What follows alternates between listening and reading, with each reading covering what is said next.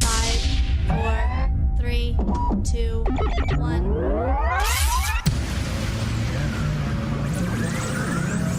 Ready. Just relax and enjoy the ride. In crowd, 815. In crowd, 815. In crowd, 815. In crowd, 815. 815. Oh, good morning, everybody. If the money, you know, the money that IKEA spends, they spend a lot of money on wall mounting brackets and those things that you put together from IKEA. Really, that's just them effectively paying the premium for their anti-lawsuit insurance. Trust me. Tom is here. I'm Greg. This is your In Crowd 815 podcast for the 13th day of December, the year 2025, the latest it's ever been. In the history of mankind, please tell me you can hear me. I can hear you, but you sound like you're like in a under a blanket. And I also look like I look like I'm a ghost or something. I don't know what's going on. Well, I'm using a different computer today, but anyway. I'm going to When you turn said up your that, all I could microphone think so of- I can What's that? volume. Well, you got the anti-tip brackets on all of your IKEA furniture at home, right, Tom? Yeah, sure. All the IKEA furniture I don't have. Yeah. Yeah. Have you never purchased IKEA furniture for your house? No. Yeah. Really? It's an experience. It's worth the trip. I've never been to IKEA. Can you hear me better now? No. Is that better now? No. No. Okay. Yeah. I mean, I can at least I can understand what I you're don't know. saying. That's the good news. Let's see. Let's see what happens. Yeah, don't do that. That's no fun. That's true.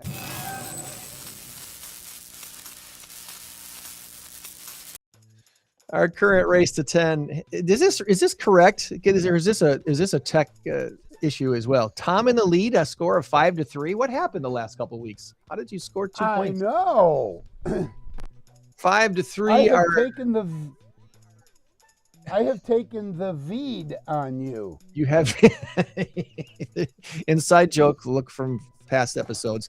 Speaking of 5-3, 53,000 is the big number of the week this week. It almost looks like I planned this, Tom.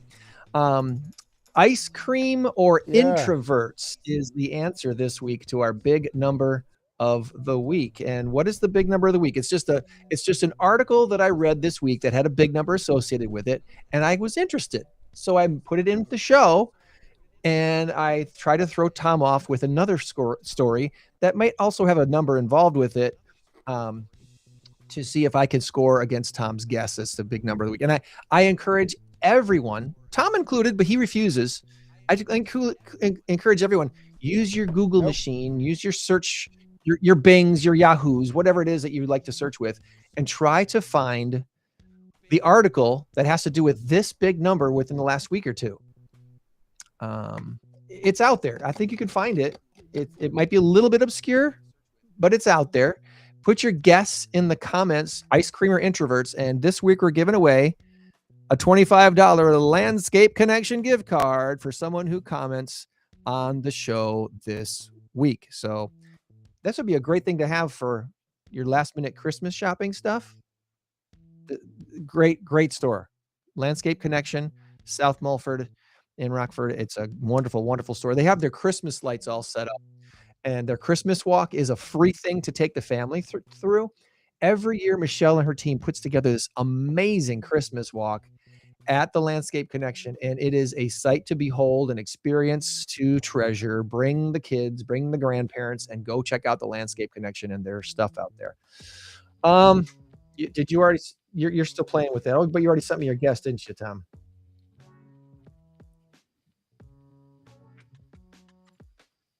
You already did. Way to go. All right, Tom's freezing up as he plays with his older computer, trying to make things work.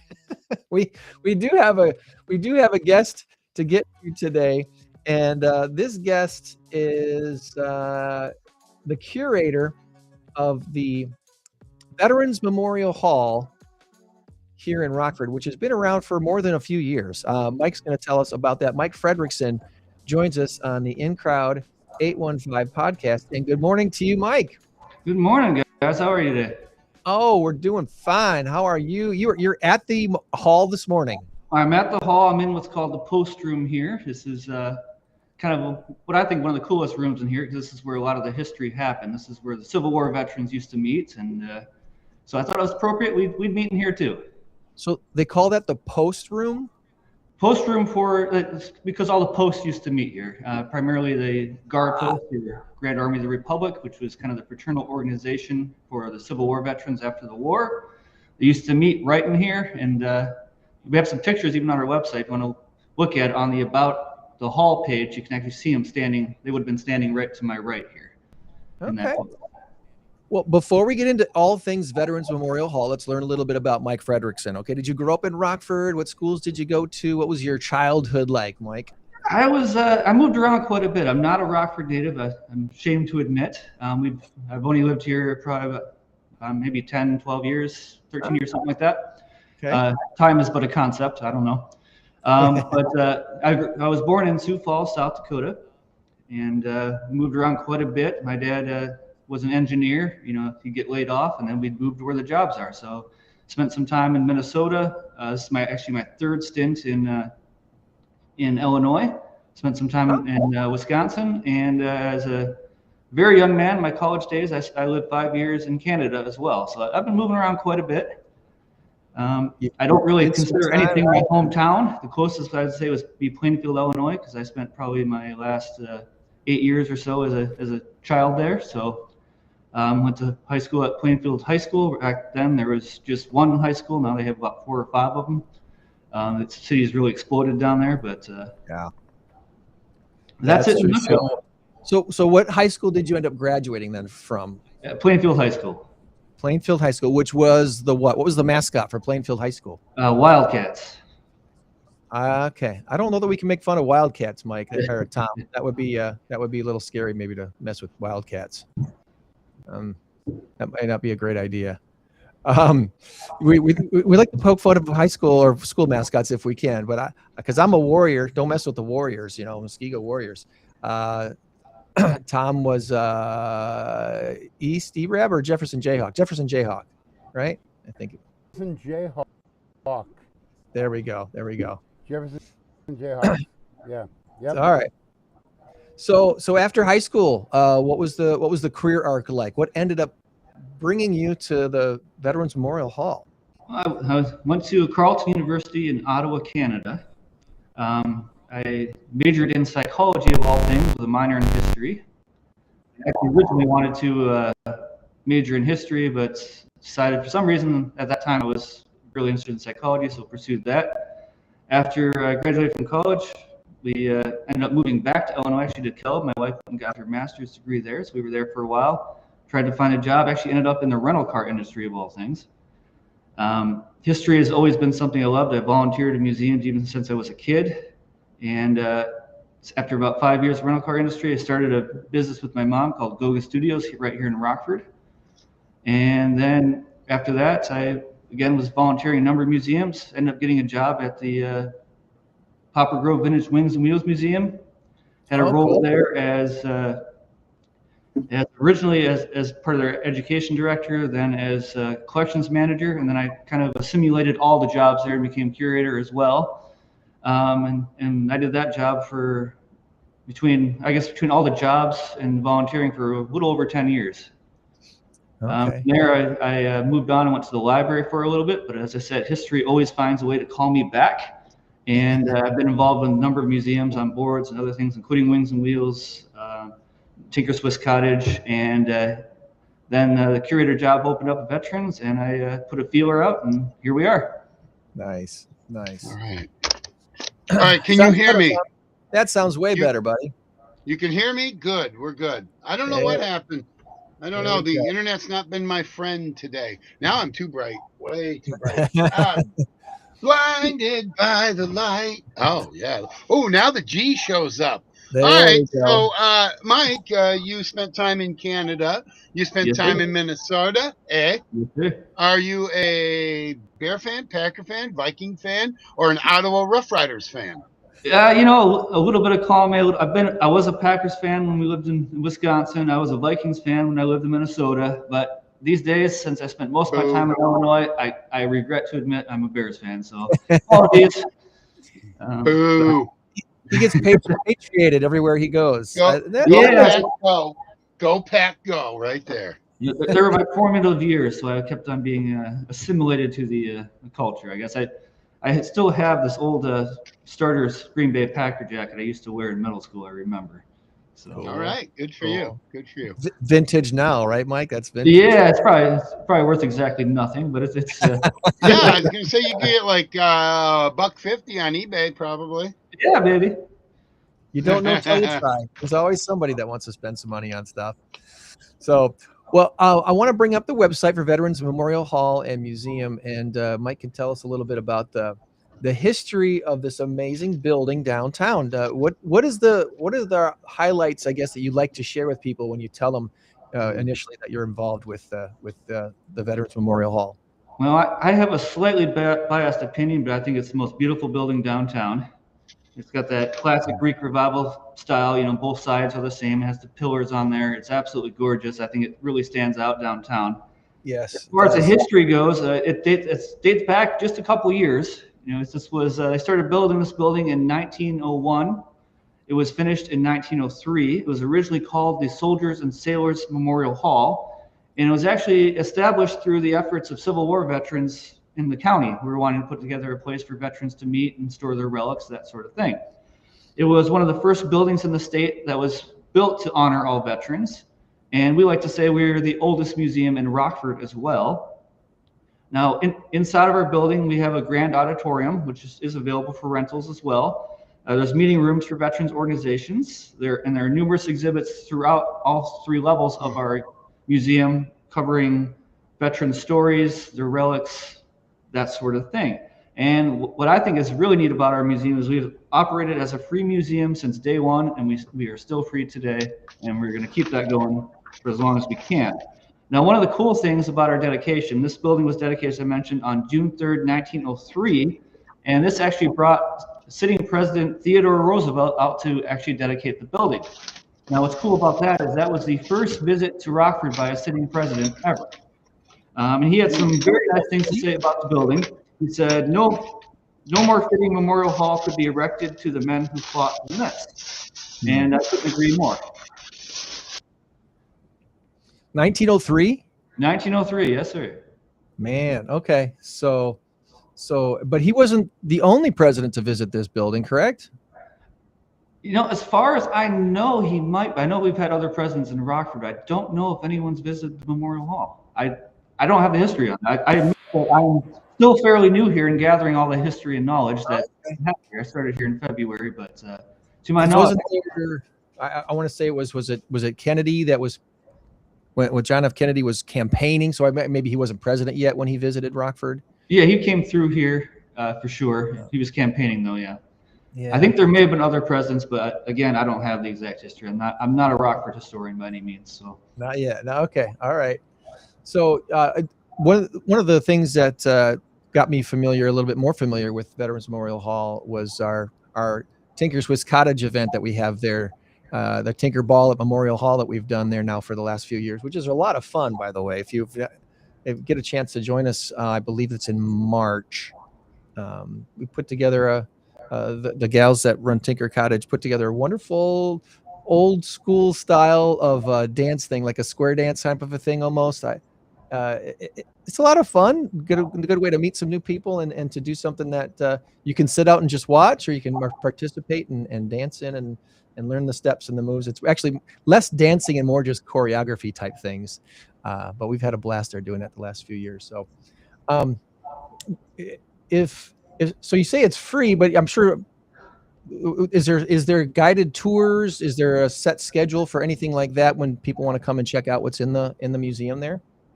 We are here 9 to 4 Tuesdays through Fridays. So anytime in there you can show up. If you have a tour group or anything you want to bring by, call us. We can set up times outside of that as well. We got a lot of events here. We have rental spaces available. If you're into the paranormal, there's paranormal events here all the time. If you're into that sort of thing, we have guided tours. We'll do school groups. We'll do, you name it. If you want to visit the hall, we'll make it work for you. Just give us a call and we'll see what we can do for you. All right. If someone had to, if someone forced you to pick one of the most amazing, odd, interesting artifacts that you have in your museum, that you've curated so far, that you've looked at it and your time that's been there, is there one or two that you'd pick out and say, this one really intrigues me and this is why? There's lots of things. In fact, I actually brought a little show and tell here today. Now, all right. You got the picture up there. Those two pictures at the top of the screen there. That's actually the post room. That's exactly where I am right now. If you look to the right of the screen, there's a little pillar. That's the pillar with Lincoln's on right behind me right there.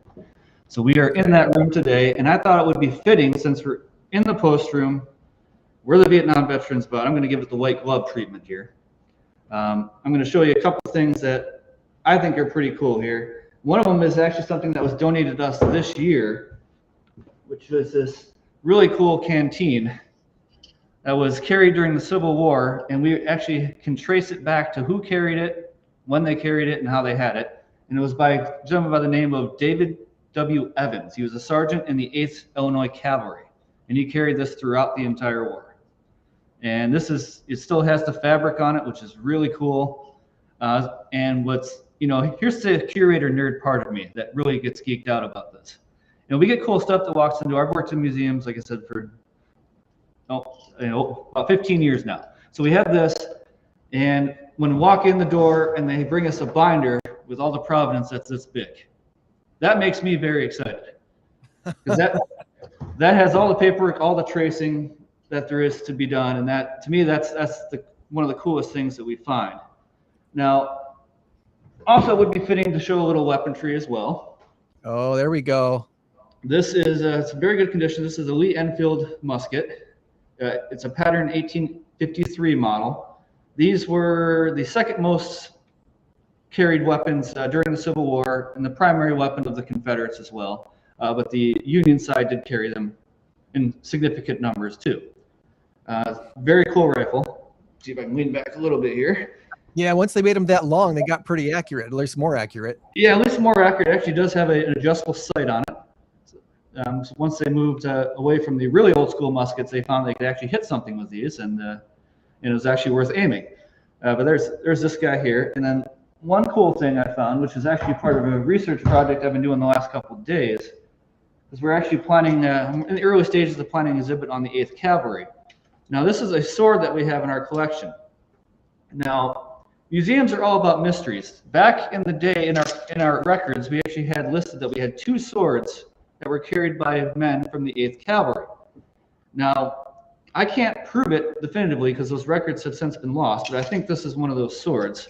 It's what I'll call, maybe the proper term would be probably maybe. And that's this sword here, and it's, again, pretty good shape. It's a pretty decent long sword. This would be carried by pretty much all the cavalry members. And you wouldn't want to be on the business. How long is that?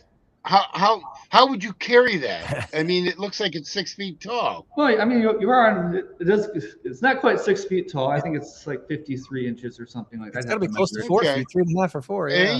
Yeah. So you carry it as a cavalryman on your hip, on your horse, and you'd have a sash that wrapped around, and so that's kind of exciting. Other artifacts we have here, to me, what's even more important than the artifacts themselves is actually the stories that walk in the door. To me, that's everything, especially with what we do here at the museum. We want to honor the veterans.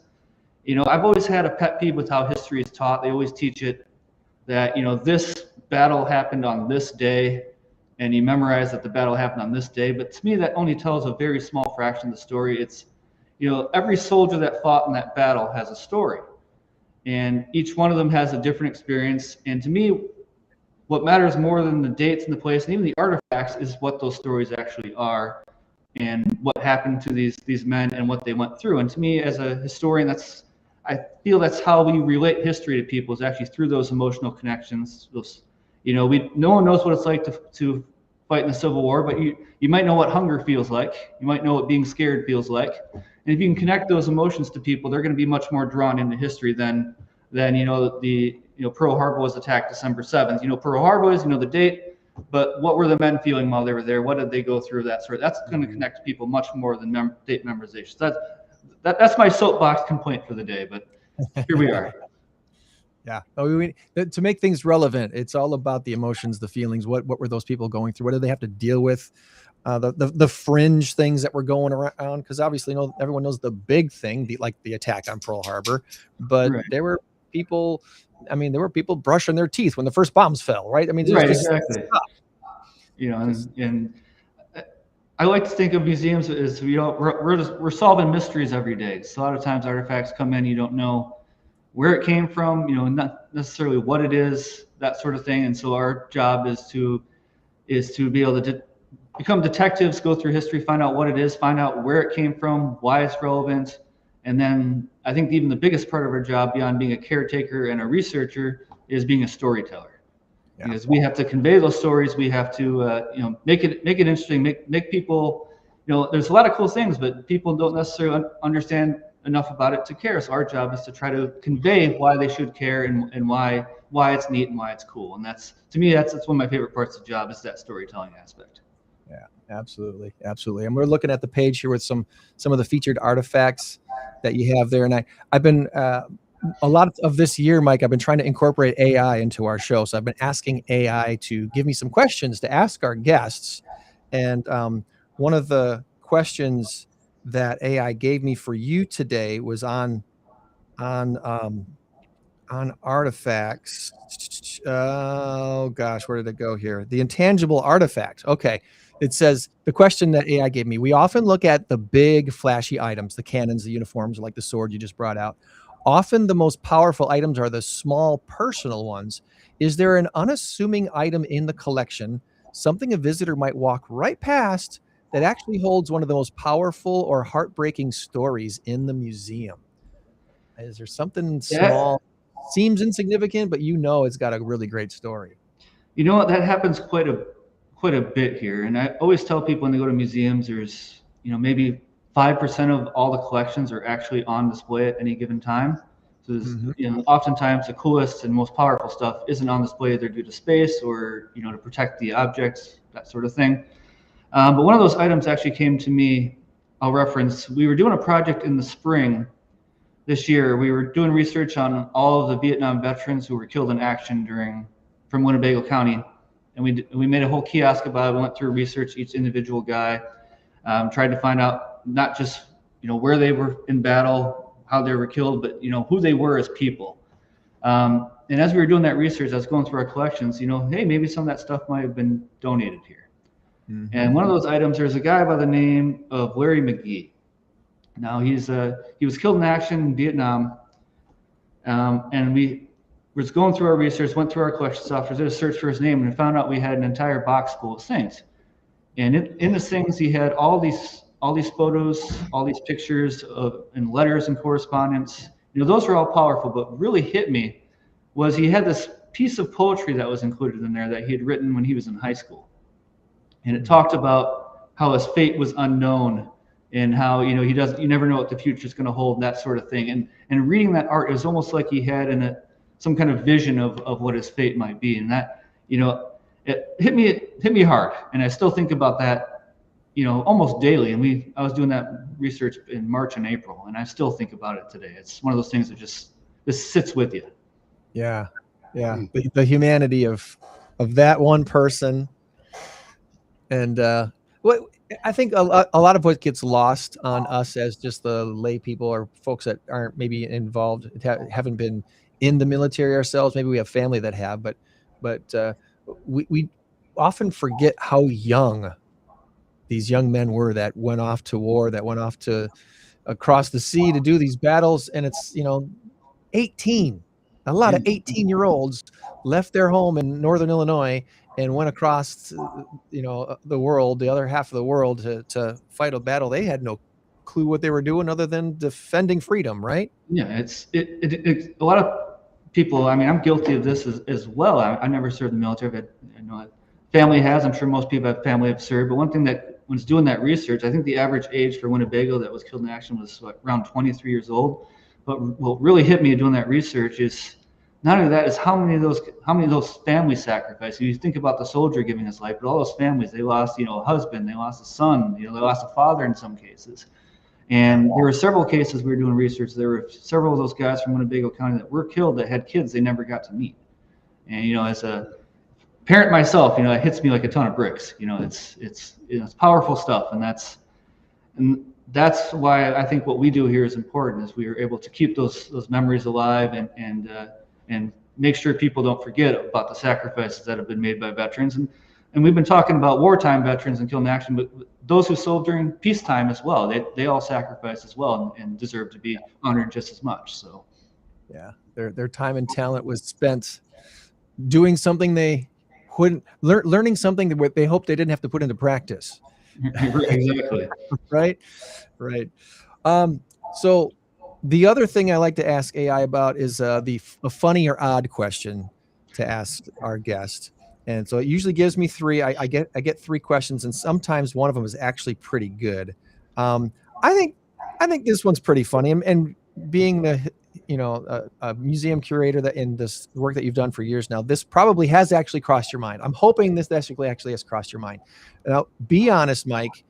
If Night at the Museum situation happened at the Veterans Memorial Hall and some exhibits came to life after you locked the doors, who would win the wrestling match? The Civil War mannequin downstairs or the World War I doughboy upstairs?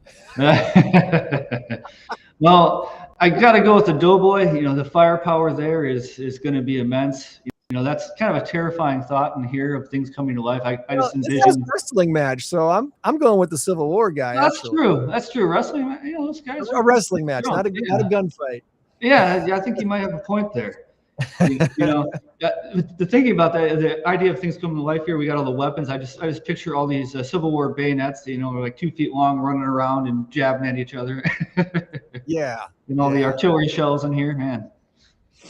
Well, you mentioned donations. If people wanted to donate to the museum, obviously monetary donations to help upkeep everything would be always welcome, I'm sure. There's a list here that shows the things that you do and do not accept. Obviously, live ammunition, no, don't bring that in. Interesting, though, no cots, no reunion materials. We're not looking for tank or ship or airplane models, souvenir pamphlets, the 48 and 50 star flags, flagpoles, stands, pikes, books. It does say books, newspapers, or periodicals, which that kind of surprises me a little bit. It doesn't surprise me VHS and DVD movies because those deteriorate and such. But I would think the occasional book or newspaper, if it's truly a period piece that you might want, is there a reason why that's on this list? We do occasionally probably storage. You're exactly right there, Tom. It's all about storage. Most of the items that are on our lists there, VHS stuff we've converted. Yeah. We've gone to the digital age now, so it doesn't. But newspapers, books, it's all about storage, and a lot of that stuff is digitalized now too, especially newspapers.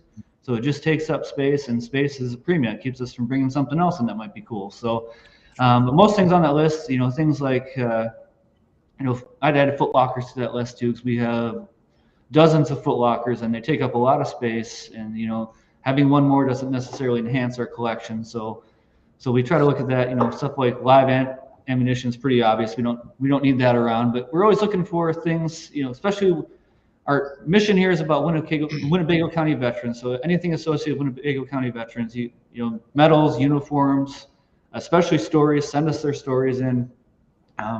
Anything about anyone who served Winnebago County, we want to hear about. We want to learn about it.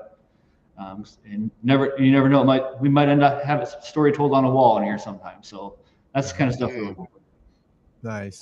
And the last thing I wanted to ask you about was volunteers. Is there any specific need for any volunteer opportunities coming up that people might want to plug into? There's always opportunities for volunteers. Pretty much the whole breadth of what you can do in a museum. We will find something for you to do here at the hall. We have 2 employees here. We are always looking for help. To give you an example of some of the stuff we're doing right now, I've been working with a couple of volunteers on a couple of projects. One is an inventory project. We're going through literally every box in the storage that we have and re-inventorying every item to make sure our lists are correct, our inventory is correct. And that kind of job involves, if you love getting your hands on history, that's the kind of job where you actually get to touch the history, handle the history, see the history, and smell the history, all that kind of stuff that comes in these boxes. We have another project working on a major research project, researching guys in a few of the Illinois infantries that came out of the Rockford area. They're researching each guy to find out what happened to them, where they were buried, that sort of thing. And we're always looking for docents and administrative help too. Whatever you think you can offer, let us know. We will find a place for you. We can use you. And for those maybe uninitiated, basically a docent is a tour guide. There's really a tour guide with enough knowledge to be a little dangerous. Yeah, exactly. It's all storytelling. You walk through. We'll give you training. We won't throw you into the fire. We'll train you what everything is. How to present it, that sort of thing. And it's one of the more fun jobs. It's the people that come in the door. Everyone has a story. It's always interesting. Usually, everyone who walks in has some kind of connection or associated with something. That's always a fun part of the job. Good deal. Well, we have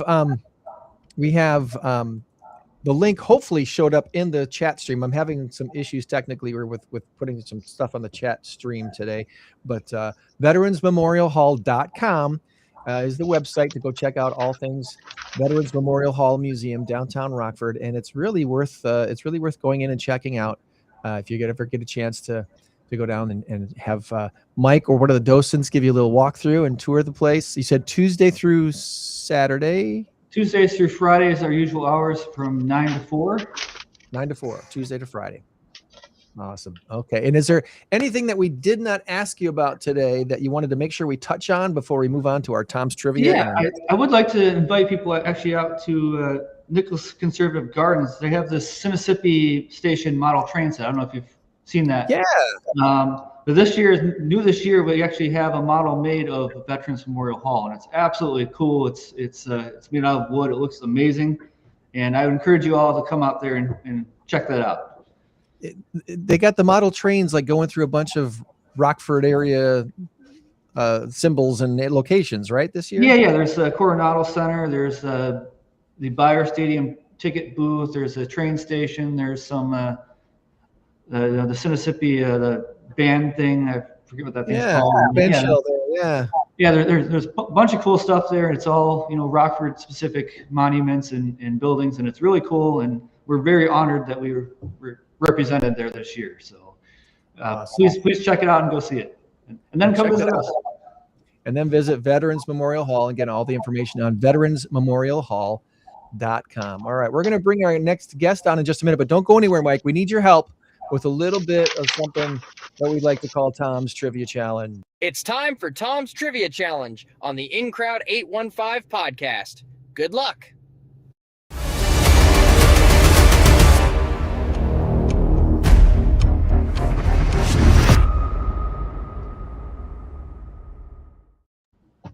All right, Miranda, you're going to be right. ready to help us out. So jump on the screen if you can. And each week, Tom brings us some trivia, and we try to score points as a team against Tom's Trivia. And with a little help from Snoopy today. Good morning, Miranda. Thank you for joining us. Good morning. All right. Oh, you're getting thrown into the fire right away. Oh, You ready for trivia? We'll see.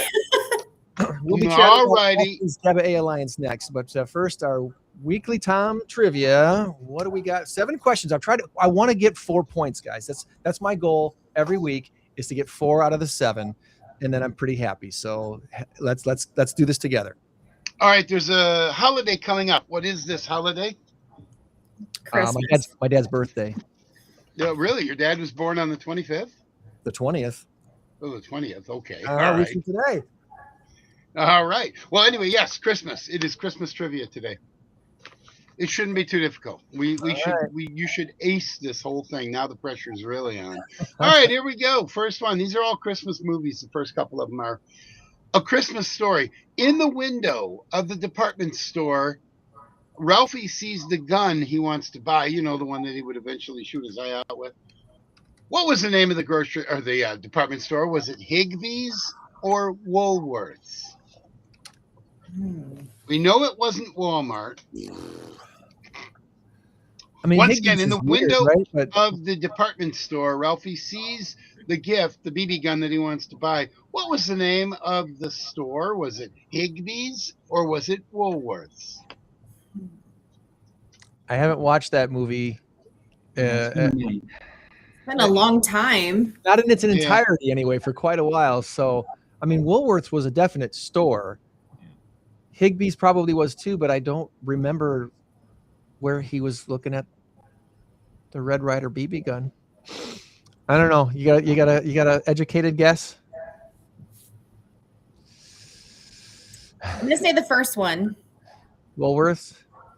No, the first one was Higbee's. Higbee's? You want to go with the Higbee's one? Yeah, let's go with that. All right, we're going with Higbee's. Yes, nicely done. Nicely done. It was Higbee's. Sweet. All right. Give us the point. The movie was It's a Wonderful Life. What is the name of George Bailey's angel? Is it Charlie or is it Clarence? I In the could have guessed movie that one It's a without the Wonderful Life, options. what is the name of George Bailey's angel? Is it Charlie or is it Clarence? This is a movie we watch every year. This is a must see every year in our household. So Okay, so the Christmas Story I watch every year because it plays for 24 hours on TNT or TBS, one of the two. Yes, yeah. It's a Wonderful Life I have not seen in a while, but I do remember it. Either one of you remember this one? It's been a long time since I've seen that. Yeah, it's been especially for that one. I haven't watched that movie since my grandma was alive. So that was kind of our movie, but it's been a long time since I've actually watched that one, unfortunately. Yeah, no, right at the end of the movie. Way to go, Clarence. He says, way to go, Clarence. It's Yeah. Oh, the angel. see, and that was my guess. That was going to be my guess. All right. All right. Well, you guys are 2-0. 2 for 2. 2-0. Here we go. Here we go. In Charles Dickens' novel, A Christmas Carol, what character proclaimed, "God bless us, everyone"? Oh, come on. One of you got to know this one. Oh, man. These are some really good questions. What I'm warning us, I need to brush up on my Christmas movies. What was the name of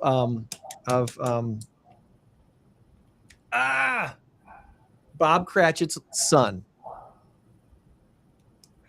The little boy. God Wait, bless us, everyone. God bless us, Charles Dick. Wait, is it Tiny Tim? Tiny Yes. Tim. All right. Cha-ching. Nicely done. Nicely done. Walk through town. Yes. All right, here we I go. played Here Bob we go. Cratchit in a version of the Christmas Carol a long time ago. So yeah, Tiny Tim was there. You're kind of cratchety anyway, so I'm a little that's good. cratchety now. I wasn't then. All right. Number 4, Frosty. In the Christmas song, Frosty the Snowman, what is Frosty's nose made out of? With the corn cob pipe and button nose and 2 eyes made out of coal. He didn't have a corn. He didn't have a carrot nose. He had a button. Yeah, I feel like Yeah, it's yeah. button nose. It is a button nose. Button nose. I'm going to have to make these more difficult next time, aren't I? You're I'm all 4-0. about this. The Greg, you got your 4. We can quit now or we can move on. Let's And go for the for a sweep. chance at a $25 gift certificate and a chance to play in the bonus round to win a brand new car wash. Bring it. Bring it. All right, here we go. Actors. Name the actor. Now, this here actually is Christmas, but you wouldn't think it was. It has to do with the name. All right. Name the actor whose uncle is Francis Ford Coppola. His first film role was in the 1982 film Fast Times at Ridgemont High. Fast Oh. Times at Ridgemont High. I think of Judge Reinhold and Sean whatever it's- Penn. Sean Sean Penn. Penn, yeah. Um, Spicoli. yeah. Isn't Nicholas No way, Cage Miss related to John. Coppola? What'd No. you say? So isn't Nicholas Cage related to Coppola? I Nicholas believe he Cage. is. That's I a good guess. believe he What was is his name? his nephew. Was he in that movie though? I don't remember Yeah. him in the movie, but I I would. don't think he was in that movie though. I don't remember him in the movie. Well, That's what the do you only- think, Mike? What do you think? That's the only one. That's the only answer I got. So And that's the only answer you need, because that is correct. Nicholas It Cage. is Nicolas Cage. Oh. All right. This was part of a group of Christmas names for Saint Nicholas. So that's why it had to do with Christmas. Nicholas Otherwise it didn't. So, very good. You guys are 5-0. 5-0. Come on. Nicely done. All right, here we go. This is a really odd one. In Venezuela, it is customary to travel to church on Christmas Eve via which mode of travel? Is it donkeys or roller skates? I mean, without the options, I would have said donkeys, but roller skates just sounds funnier and like it's something that they could still do. I mean, who's traveling by donkey even in Venezuela anymore? That's just, Yeah. but it just makes sense, right? Jesus. Yeah, I kind of agree. Okay, so donkey is the wrong answer. Roller skates is correct. Roller No skates, reaction? correct. Okay. Roller skates is correct. You got it right. It's just so silly. It is. It's funny. Like, why All right. else? Yeah. You guys are dangerously close to running the table here. Oh, Are you ready? All right. Are you ready? All right. This one here, unless you're a Packer fan, it's Packer trivia, because the Packers won a game, a very big game, this last Sunday, you might know. They did. Yeah, so who was the MVP of the 96 season, 97 Super Bowl that the Packers won? They beat the Patriots. Who was the MVP of that Super Bowl? It was a special teams player, Tom. Yes, it was. It wasn't the quarterback, so don't say Brett Favre. It wasn't the quarterback. It wasn't Antonio Freeman. It wasn't Mike Holmgren. He was a Heisman Trophy winner that played at a college going through some very hard times right now. At Michigan, yeah. Yeah. I don't know if you've been following the story of what's All going right, on. Greg, just Michigan. go ahead and spit it out. I can't do this. I need more Can't do screen. the Heisman pose. Desmond Howard was his name. Desmond Howard is correct. He's You guys ran amazing. the table 7-0. Oh. Nicely done. And you know the best thing about it is that you guys all participated. He's You hitting guys our all wheelhouse got- this week. That helps a lot. Yeah, no, That that's definitely helps cool. a lot. Well, Mike, now you don't have to refresh on your Christmas trivia. You just learned 7 new things. Well, Yeah, there 6 we new go. things. They'll Yeah. remember Nicolas Cage was in the Fast Times at Ridgemont High now. Yeah, that's a new one Yeah. to me. But you got it right. You knew the Francis Ford Coppola connection, so that's good. Nicely done. Well, Mike, I appreciate you Nicely done. spending time with us this morning and talking about Veterans Memorial Hall Museum. Hopefully you'll see a little uptick in visitors once maybe the weather gets, I don't know, cold weather museum visitations in the wintertime. That's got to be something, a challenge. Yeah, it's warm in here. Come on in. There 3 you minutes, go. no excuse, you know. And a nice little parking lot right there next door. So there's a place of public parking right there. You got Hard it. to have too many excuses. So Yeah, right across from the new old library. awesome. New home library. I like that. Well, Mike, appreciate your time and we'll keep in touch. All right, buddy. You have a great rest of your weekend. Yeah, absolutely. Thanks for having me on. Appreciate it. All right. Bye-bye. Thank you.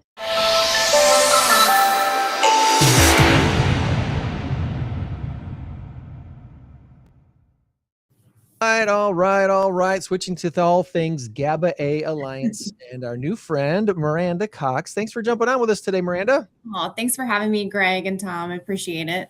Absolutely. Well, we like to start with you before the organization. So tell us a little bit about where did Miranda grow up and go to school, and what was your childhood formative years? Where was that spent? Sure. Yeah. So I'm not a Rockford native, but I have lived here for quite a few years now. But I'm actually from Wichita, Kansas. I was born and raised there and went to high school out there. And then I moved a couple of years after I graduated, like out here, and I've been here ever since. Wichita, Kansas. What high school did you go to? I went to Wichita Northwest High School. And your mascot was? A grizzly bear. Oh, wow. Were you the Grizzlies or were you the Bears? We were the Grizzlies. The Grizzlies. Okay. Yes. The Clark. I like that show, Grizzly Knows Best. That's pretty good.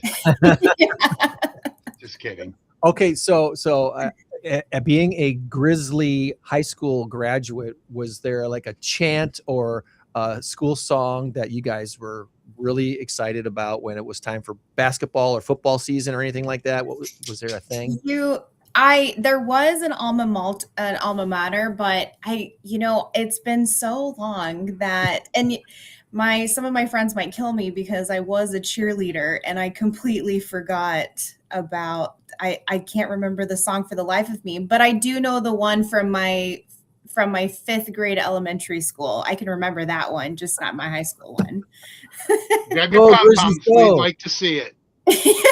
No. Eat them up, Grizzly. Eat them up, roar. Those pom-poms have been long retired. Okay.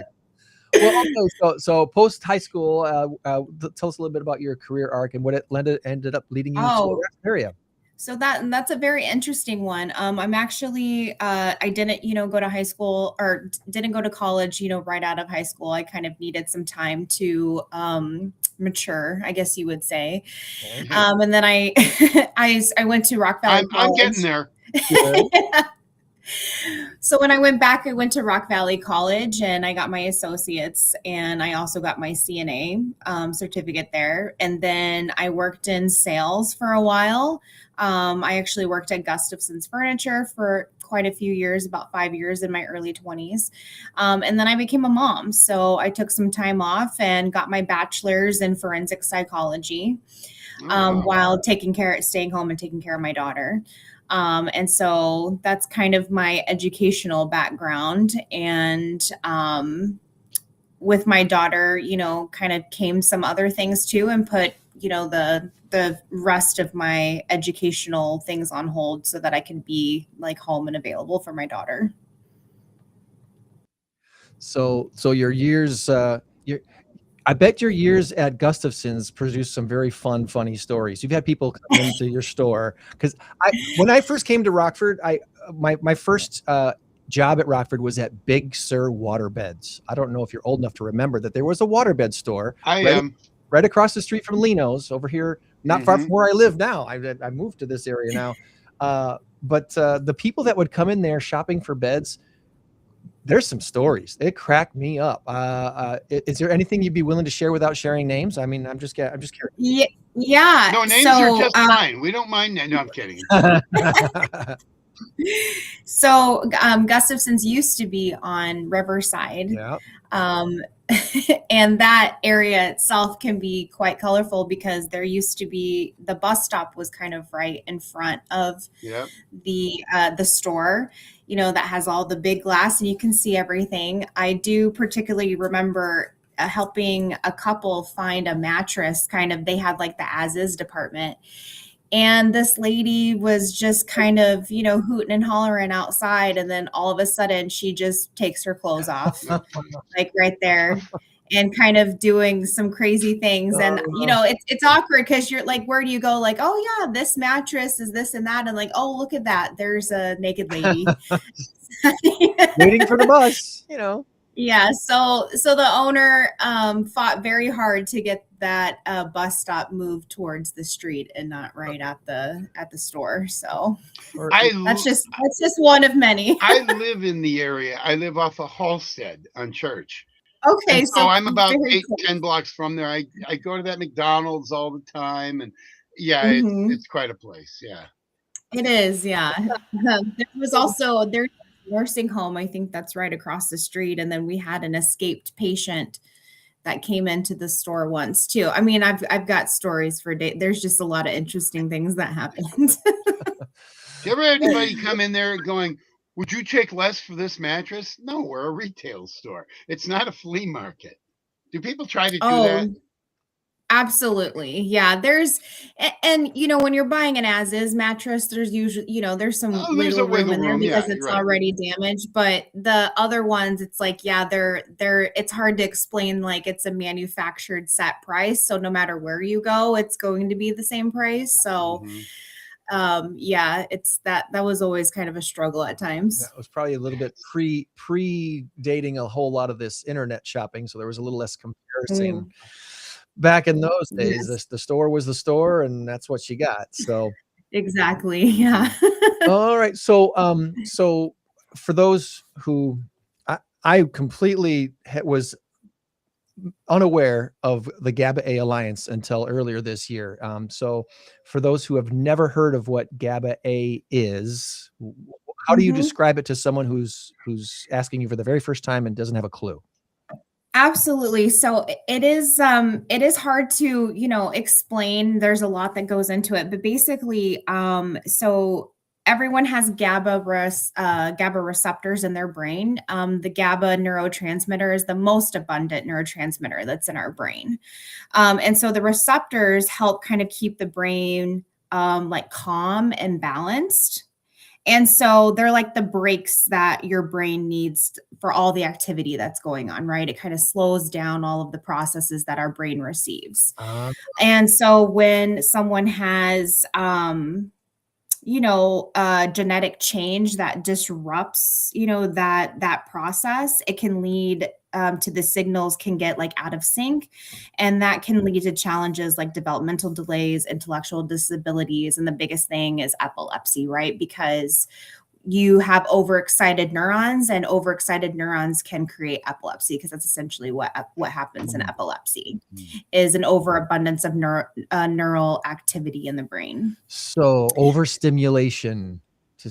Oh gosh, what's the term? What's the term when you walk into a room and there's like lots of flashing lights and the music's too loud? Yeah, it's exactly that. It's overstimulation, 100%. Yeah, and that's why a lot of people with epilepsy are a lot of times photosensitive. If you watch movies with a lot of flashing and stuff like that, there's always that kind of marker there that says, oh, this might be, not a great movie for someone who's photosensitive or people who have epilepsy, because it can trigger it. Right. We're looking at the Facebook page now on the screen. If you want to check out the GABA-A Alliance on Facebook, facebook.com/GABA Alliance. And it's a catchy name. So you got that going for you, right? I mean, it's a memorable thing, but absolutely. How widespread is this condition? Obviously, it's big enough to start a not-for-profit to help try to fight it, like MS or these other, situations out there that need some study to help fight against. How widespread is? Yeah. So I'll tell you, when my daughter was first diagnosed, it didn't seem, I mean, it's a very, like, her specific mutation is ultra rare, right? So my daughter has a frame shift mutation, and currently in the US, she's one of 9. But she's very, very ultra rare. In the US, I just checked the ClinVar website. There's about 900 patients. And then we do have a lot of international patients as well. So I would say collectively, with the ones that, have reached out and that I know of, we have, internationally with the US about 1,200, which is relatively small in terms of when you think of, population size and compared to like, pediatric cancers and stuff like that. So, it's small in the sense of when, the National Institute of Health is looking, to help out, a disease, and And a lot of times, ultra rare diseases don't really get a seat at the table because their population size is too small. However, we are growing because of the access to getting genetic testing done. That's the biggest thing, because these symptoms that show up don't really manifest a lot of times, right? In utero. You see symptoms develop, from birth and then on. And then like my daughter, so she currently doesn't have epilepsy, but it could happen at any time. She could develop juvenile myoclonic epilepsy, and that usually doesn't have onset problems until between the ages of 9 and 12. So it's kind of a hodgepodge, and everyone, it's a spectrum of the way the disease can present itself and symptoms with children. So some of them have very drug resistant epilepsy, which means the current medications that we have on the market are not working. And we need to figure out either a way to one of our main focuses that we're doing right now is taking drugs that are already on the market and repurposing them.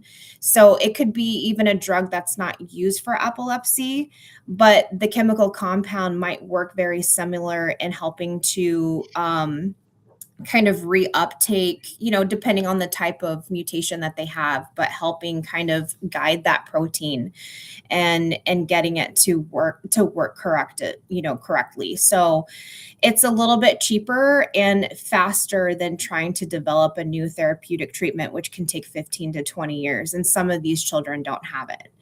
They don't have 15 to 20 years because they're having 60 to 100 seizures a day. That is uncontrollable.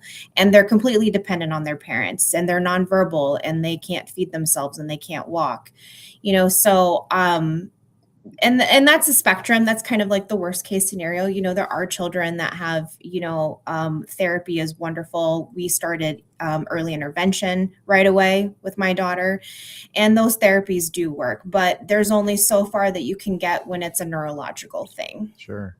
I'm obviously going through the website here, and I'm looking at this gene variants. Yes. GABA 1, 2, 3, 4, 5, 6. GABA-A, GABA-B. There's about 19 subunits within the GABA-A allele itself, and my daughter has a GABA-1 frame shift mutation. And so what we try to do is it's me and my other co-founders. They're also parents as well that have children with a GABA-A mutation. So we tried to we all kind of met. We all started our own parent support communities on Facebook, and that's kind of how we all met. And we decided hey, we need to create a foundation and really start trying to tackle this, because our kids aren't getting better with the treatments that are out there. Some of them are getting worse. There's Scarlett right now. This is a younger picture of her, but and so we wanted a space for awareness is key, obviously. Why should someone care about, this type of epilepsy or this foundation when there's so many that are out there?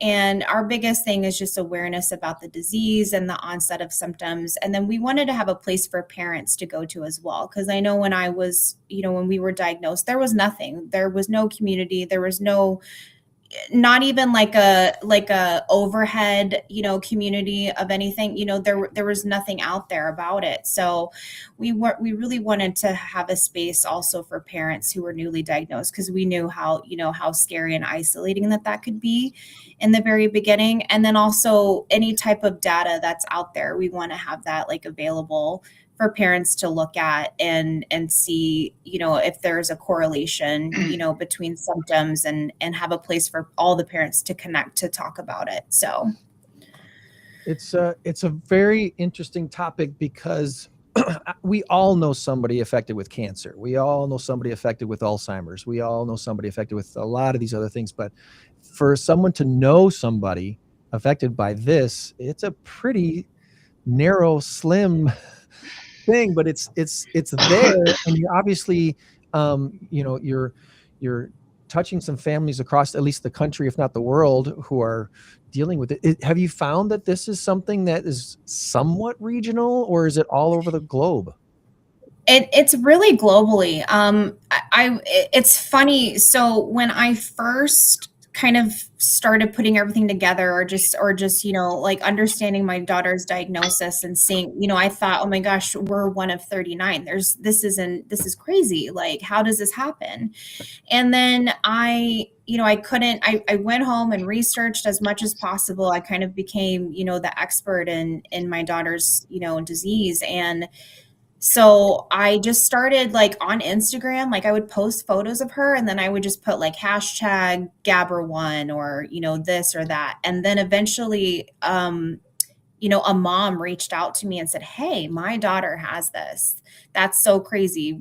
We never thought that we would meet someone else. And she's from Skokie, Illinois, which I thought, out of all the places in the world, this lady who has a daughter who has, the same mutation as my daughter's, is only 55 minutes away. Yeah, it's driving distance. It's an hour and a half away, if that. Yeah. And I thought that was pretty crazy. And we still chat with each other and, see how our kiddos are doing. But I just thought that was really interesting and crazy how, the power of the internet can be an amazing thing as far as like connecting like communities together. So that's just kind of what happened. It just kind of snowballed after that. And because of genetic testing, I will say, and how, widely available it is now, it's the community is quote unquote growing. But I think a lot of times people are misdiagnosed when you have epilepsy. They're misdiagnosed in the beginning, and that's where genetic testing kind of fills the void there, and people are getting more correct diagnosis now versus in the beginning. So I think a lot of times you'll see community grows because of that fact itself. So when the symptoms are so similar, it's Yes. understandable that you're going to be misdiagnosed with something like this. But absolutely, Well- absolutely, that was one of our biggest fears too. Well, it all has to do with the brain. So that's where, we know we've isolated where it begins or where it happens. Growing up, I have an interesting little story. My best friend, I met him when we were both in second grade. He moved into the neighborhood. He turned out to be epileptic. We did not know that. And I was there because we hung out. We were joined at the hip practically. I hung out with him every single day. Every single time he had an episode, I was there. I was getting to think I was the problem. But anyway, not really. And they didn't know what to do about it. He spent some time in the hospital. They ran tests, but they didn't have DNA testing back then. He No. ended up having a normal life once everything was. Is it the same thing, or did it, give us the layperson's layout here, because I don't know enough about it. I know what I've learned from him and from his situation. Will your daughter be able to drive a car, lead a normal life, or did I miss something? Is there something a little deeper on this? Yeah, so it really just depends on the type of epilepsy that people have, right? There's some where they completely, it's a seize up moment, they'll drop to the ground, they'll convulse. Yeah. And then people have like absent seizures, Okay. or where you can't really tell that they're having a seizure. They just kind of space out a little bit. Well, I'm sorry to interrupt, but his were grand mal, and I think that's what you're talking about, right? They were the worst of the worst. Yeah, they are. And so people who have that, if it's not controlled, then they wouldn't be able to operate a motor vehicle. And he did get it under control, because then he drove, and there's steps that you have to take, I think, a little bit to get that, to get that licensure. But so with my daughter, her biggest, I guess you could say, disabilities are she is, developmental delays, and then her biggest one is she can't produce speech. She has a few words that she can say, but she can't connect sentences. Gotcha. But she can understand language. And she's got a soft spot for me, because I just can't imagine, how just debilitating that can be, to understand your world and understand what you want to say, but not, your brain just can't let you say what you want to say. Yeah. And so I always tell people, think about like someone just taping your mouth shut and you can't get it off. And it's just got to be very, very frustrating. And she also has some intellectual disabilities as well that we, work on. But other than that, she's a very sassy, spunky, tenacious 10-year-old who loves K-pop Demon Hunters. So there you go. And she lights up every room, ask, anyone. She's just an amazing kid. But there's such power in speech. And I think there's also power in speech, like as a woman in this world too. And I want her to have that ability, to have autonomy in this world and to not always rely on, I always tell her too, I'm like, mommy's trying to find your voice. That's why I do what I'm doing. She used to think of herself as Ariel because how Ariel loses her voice and then she has to go and find it again. So I tell her that that's what mom's trying to do is so that she can have her voice. And, I tell her all the time, I don't always like speaking up for you, baby. I understand. And I want you to have it so bad. So you're going to make us cry here, I have 2 daughters and a son, and my oldest daughter is diabetic, and I know that's nothing like what you're going through at times. At times it was. They had to airlift her up to Madison, and I broke down. I started crying before my wife did. As she's being airlifted to Madison, we got in the car and drove up there, and it was like, absolutely, it was a tough period right there. I mean, anything with kids, even they could scrape their knee really bad and you're, you never want to see your children struggle in any capacity. No. And people a lot of times tell me like, oh, well, how are you doing this or that? I'm like, you just do it. That's what you do as parents. If you were in my position, you would probably do the same thing. You would do anything, for your kid. And that means starting foundations when you have no idea what you're doing and immersing yourself in research that you don't understand and making yourself understand it, and doing the hours of research and trying to find someone who will listen to you, a doctor, a researcher, someone to get on it. You do it. Yeah. So. Well, I tell you what, I am very impressed with your knowledge. This is really cool. You all your stats and all that, unless you got them on a whiteboard right there and we can't see it, that's pretty doggone good because it's just repetition at this point. It is. So.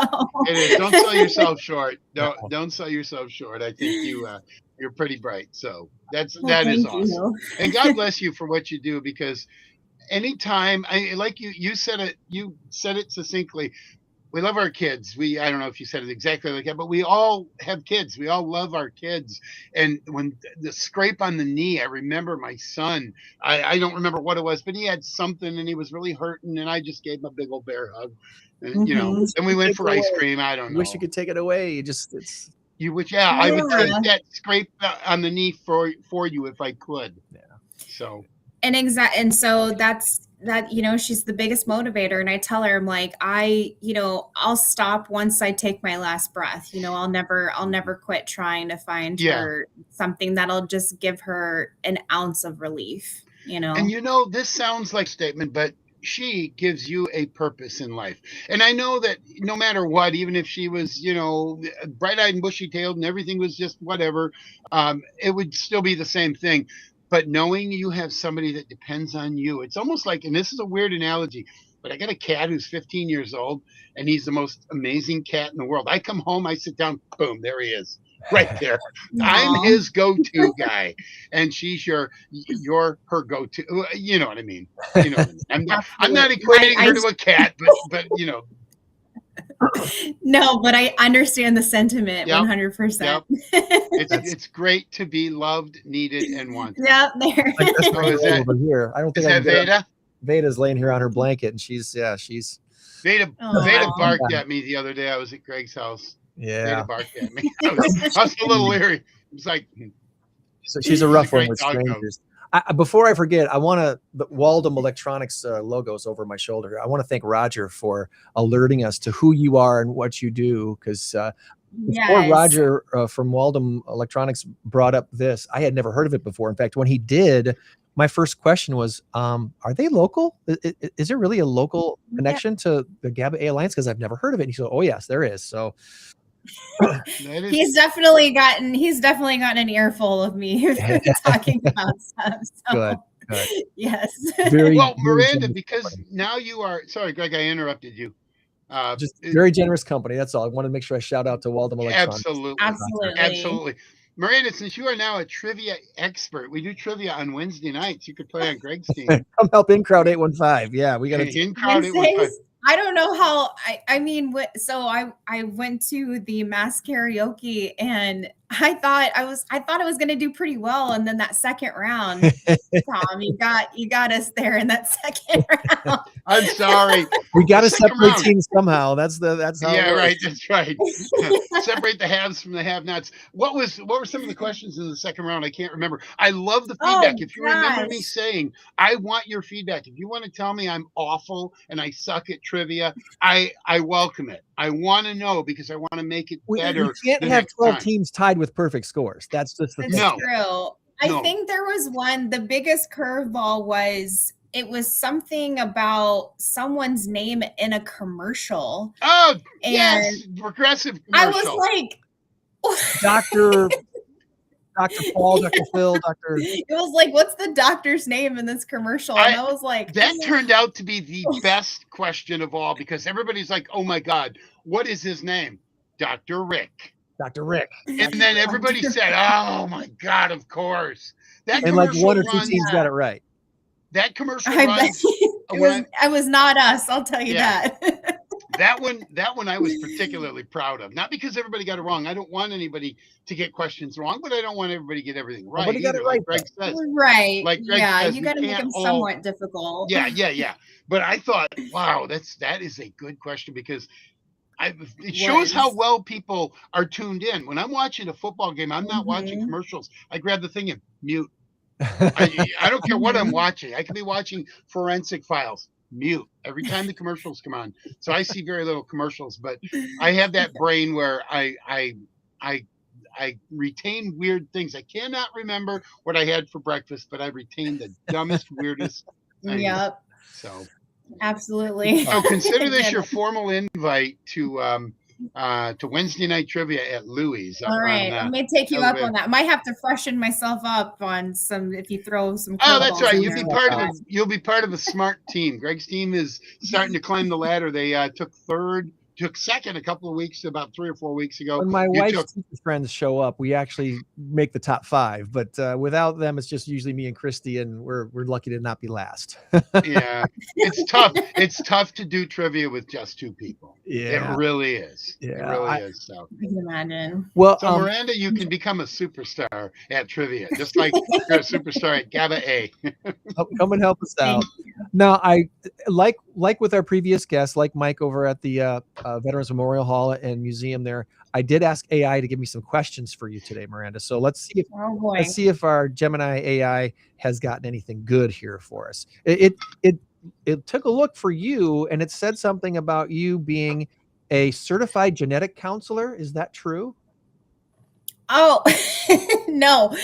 I actually was going to go to school to be a certified genetic counselor because I got immersed into genetics, and then there's definitely a need for it, but I didn't go all the way yet for it. So the question, that's funny that it picked up that I apparently part of your story is you were going to or something like that. So yes, I was going to apply to do that. There's a little lesson in all the AI stuff. AI gets things wrong. It does. You got to follow up things, but it said basically the question was that you obviously know a lot about medical systems better than most because of your situation with your daughter, and so does it make it harder? The question is, did having the medical background make the diagnosis of a rare disorder easier to process because you understood the how, or did it make it harder because you know exactly how steep the hill was that you had to climb? That's a good question. I think at the time of her diagnosis, I didn't quite have as much like medical knowledge of like not only just her disease itself, but also kind of the red tape within navigating different types of trying to get therapies. And because my daughter kind of still lives in the gray area, she has a diagnosis, but it still doesn't fit into a lot of molds that kind of open up opportunities for treatment, which is obviously why we're, collecting funding for the drug repurposing to trying to find a treatment and hopefully one day a cure. So that was really hard to navigate. But it also kind of forced me to just, become an advocate and kind of, not take no as like the finale, like final thing. Real thing. I need some answers. Help me out here. Yeah. So like, we've gotten multiple just second, opinions, sometimes third opinions on things, just because I just didn't really accept, like no or wait for this, when our geneticist told us her mutation, what it was, he goes, I have no idea what this is. There's nothing out here. Here's a pamphlet or a piece of paper that I found on the internet. About it, and come back in 5 years and we might have more information. And I was like, no. Come back in 5 years. Thank you for admitting you don't know what's going on. Now let's find someone. By the way, come back in 5 years. I'm retiring in 4, so hey. Yeah, and he was only in the office for about 2 times a month. So I'm like, no, I'm not going to do that at all. So thank you for getting us here at this point, but I'm going to hijack and curtail somewhere else and try to figure this out. So there you go.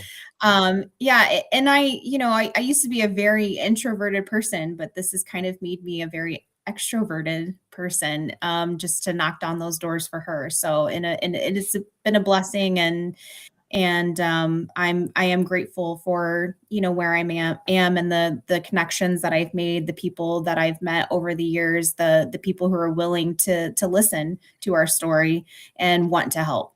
So I think, I'm very humbled by all of the experiences that I have and all the great friendships that I've made too with the parents as well, like over the years. So hearing everyone's story, there's a lot of similarities, but there's also differences, and that's how we learn. Yeah. And we all process information differently. So that's why you need a village. You need a lot of people to say, okay, I'm looking at the elephant from the tail. You described an ear. I need to know what's going on here between the ear and the tail. Yeah, exactly.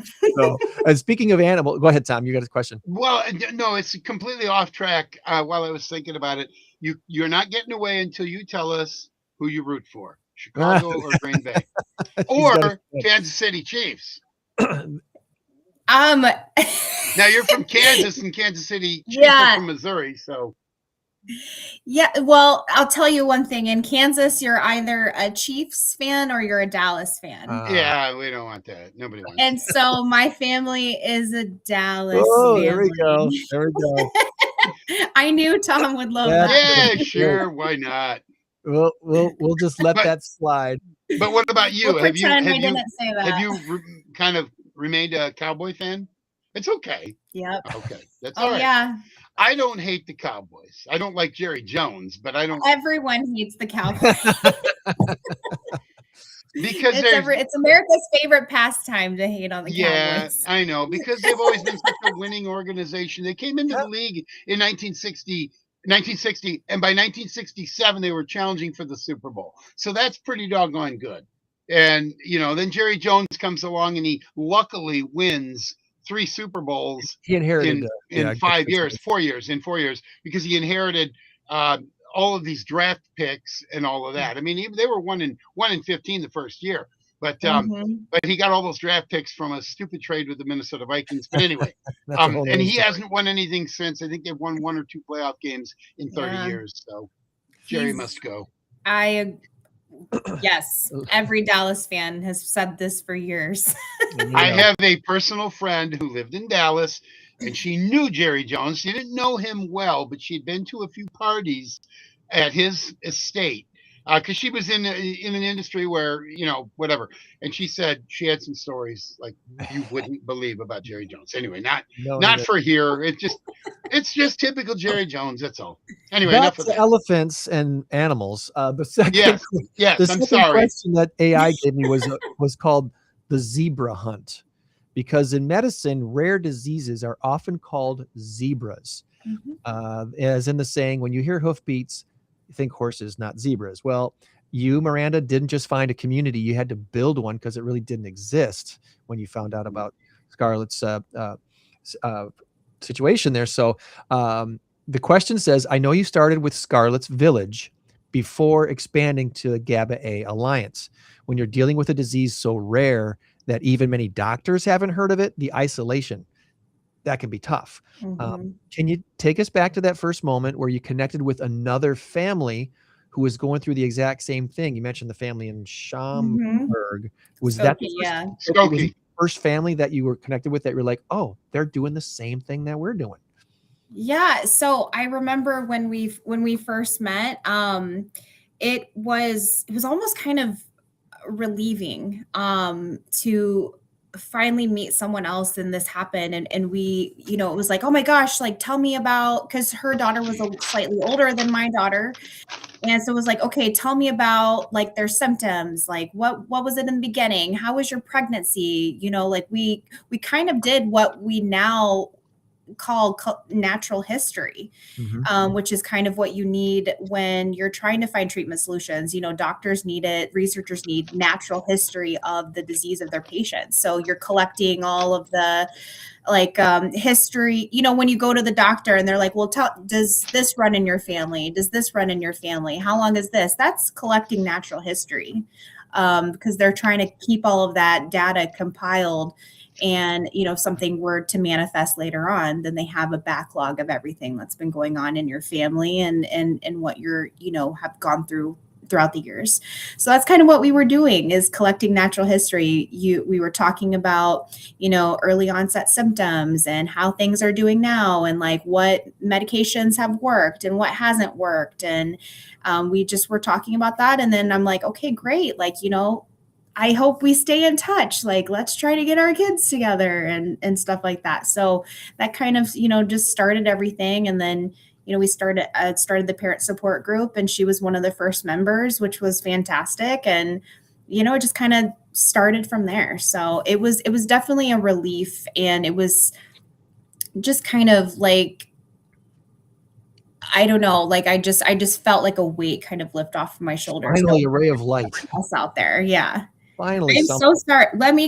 Can you guys just give me 1 second? My daughter just showed up, so I got to go meet her at the door.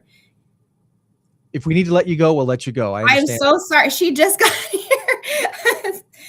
Is this something that you want to bring around the podcast, or no? I just want to. She loves saying hi, so let me just grab her for 1 second. Okay, you do that. And then you can say hi to Scarlett. Give me 1 second. Okay, all right. We'll take you off the camera here for just a little bit. And this is a welcome surprise. This was not planned. Yeah, that is obviously. so cool. GABA-A Alliance, again, the link is down it should be in the chat. Hopefully, if it's, I'll put it in there again. Sometimes this chat thing Restream's been going through some stuff lately with some upgrades. And so some of it's been working very well and some of it not so much. I have noticed my whole screen looks a lot different. And I don't know if that has anything to do with the problems I had this morning. I think my computer was just not waking up properly. I had started my computer. I got up at 6:45. I opened up my computer and I logged on to this. And 7:15? Quarter till 7. I said 7:15 earlier. Early morning. Yeah, no, 6:45. I logged on and it was just going through the gyrations and all of that. And then by quarter after, it finally came to the screen I have now. And then it just wouldn't do anything. So. Well, I think they've gotten their thing squared away better now, because when we put stuff in the chat, basically it shows up as like a comment if you're looking for this on Rumble, on YouTube, or on the main Facebook channel. So those are the places where we can actually see comments be posted, and that's where our comments go to. So what you're seeing on the screen right now, the HTTPS GABA-A.org. That's part of the chat stream and should show up like a comment in the feed on Rumble. I have nothing on the right side where I normally you would say host and then you would post something and then another thing and another thing and then let's say Lynn wanted to she always does, then I don't see anything in there because that's where it would come up. That's where still the problem is right now is some of that stuff. The feed isn't coming back. So all right. So I have a question and maybe you can answer it. Why is it GABA-A but it said GABRA earlier on the other part? That's GABRA. That's what GABRB. So there's a lot of different. We'll have to ask Miranda, see if she can get that squared away for us. We'll bring you back on camera here, Miranda, and say hello to Scarlett too. Good morning. Say hi. Oh, she's embarrassed. Hi, Miss Scarlett. How are you? We can still see you. Oh, there she is. All right. Thank you for joining us today. We're so glad to meet you, even virtually. That's wonderful. Say hi. No. Okay. Okay. We just want to say That's hi. okay. We'll take your head nod as a hi. We know you said hi in your heart. It's 10, 10 years old. So, those hormones are starting to kick in. There you go. I have a 10-year-old grandson and an 8-year-old grandson. And they don't always do what you want them to do they? Nope. Yeah. They're really just finding out who they're going to be as a teenager. So that's right. Well, I've also asked AI to give me some funny or odd questions to ask you today. Okay. I don't know if Scarlett's still in earshot somewhere she can hear this. Maybe this will be comical. I don't know. To be honest, Miranda, in the early days of founding the GABA-A Alliance, did you get any confused parents calling you expecting a fan club for DJ Lance Rock and the characters of Yo Gabba Gabba? And did you have to explain you're not affiliated with the orange monster named Muno? That's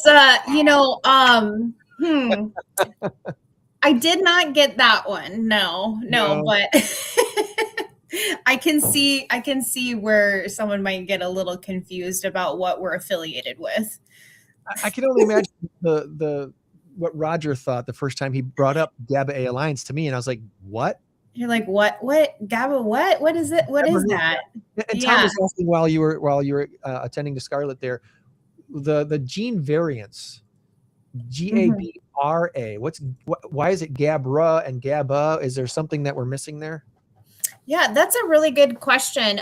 So each of those alleles kind of do different things within GABA. So they're all different proteins. And basically it's just the scientists who found it kind of, started lettering them that way so that they could keep track of each protein, like when they were looking at it under, Okay. So it kind of does make things a little difficult to understand like within that, but there's not like a specific name, so they're just kind of letters and numbers. Okay But they all kind of do they're all proteins and they all do different things within the GABA neurotransmitter. Which is why there's such a spectrum of how the disease manifests. A mutation in one does something a little bit different than the other one, and then but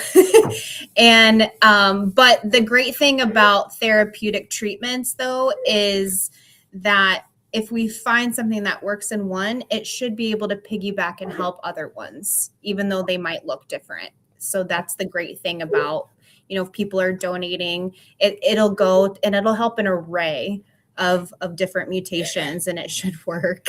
Okay. So, well, I'm going to assume it's probably a good time to let you go. Sorry.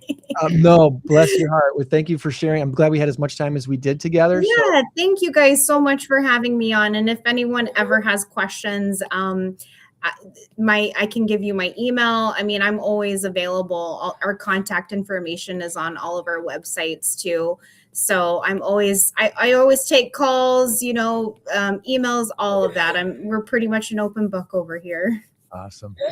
Well, bless you guys. Thanks for being on, and we look forward to seeing you in March at the next Mass Karaoke I Trivia. would love that. Thank you. I had so Really much fun close last time. announcing the date. We should be back at Tabala again in March. So I promise round 2 will be easier. I promise. Okay. I hold you to that, Tom. All right. Bless your hearts. Have a great rest of your weekend. Okay. Thank you so much. I appreciate it. Bye-bye. Bye. Bye, Scar.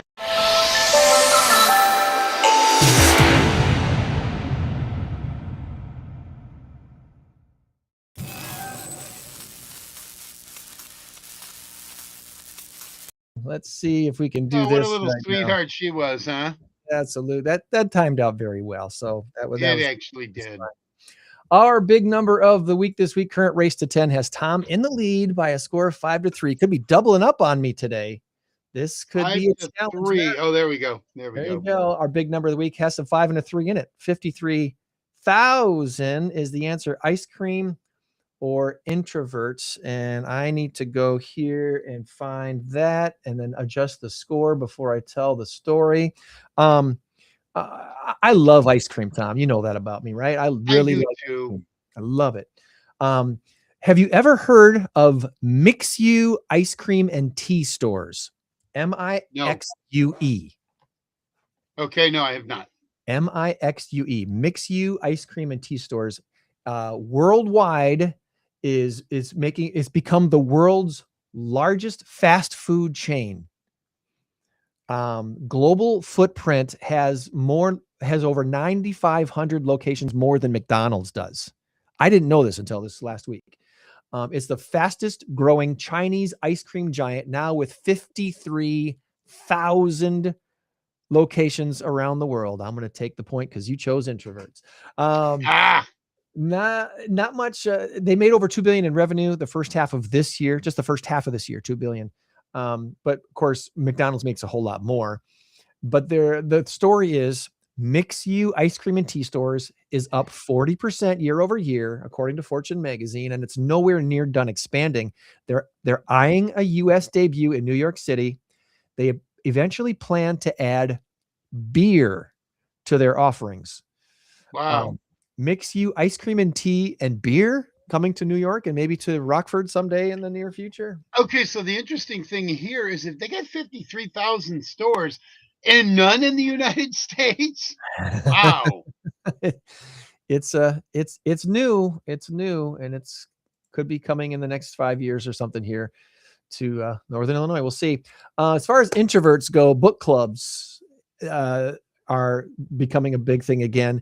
And one of the types of book clubs might surprise you. Have you ever heard of the silent book club?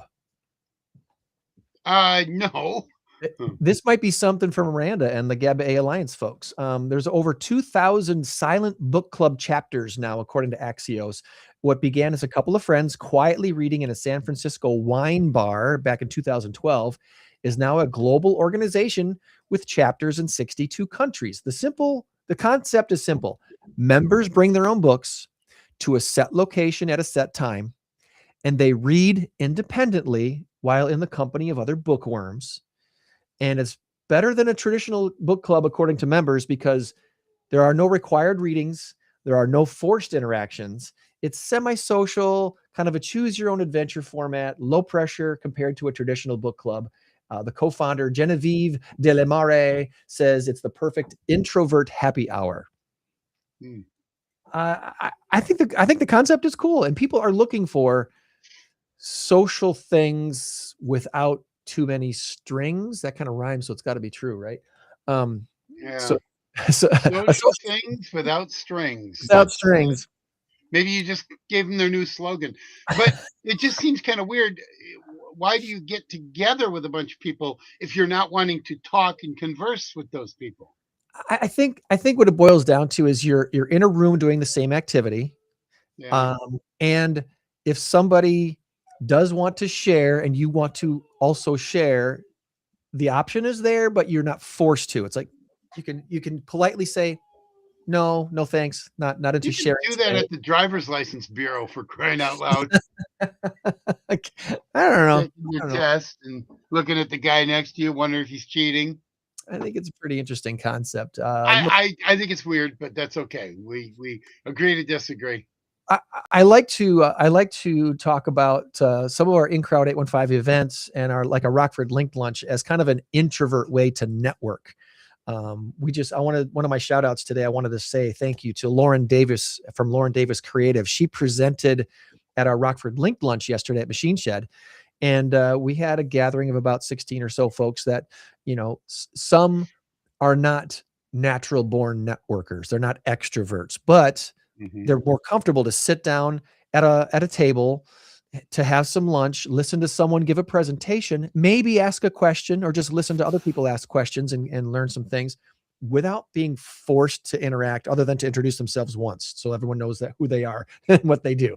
And that's not forced. If you want to pass, you can pass.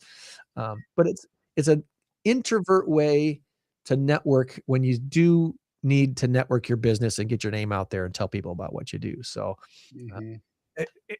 you're all welcome to come and join us the second Friday of the month at Machine Shed. We'd like to keep our group kind of smaller. I don't think we're going to ever grow past 30. That's probably about what we would kind of cap things off at with this particular group. And just so you know, there's plenty of room at the Machine Shed in case you were at 30. That's right. There absolutely is.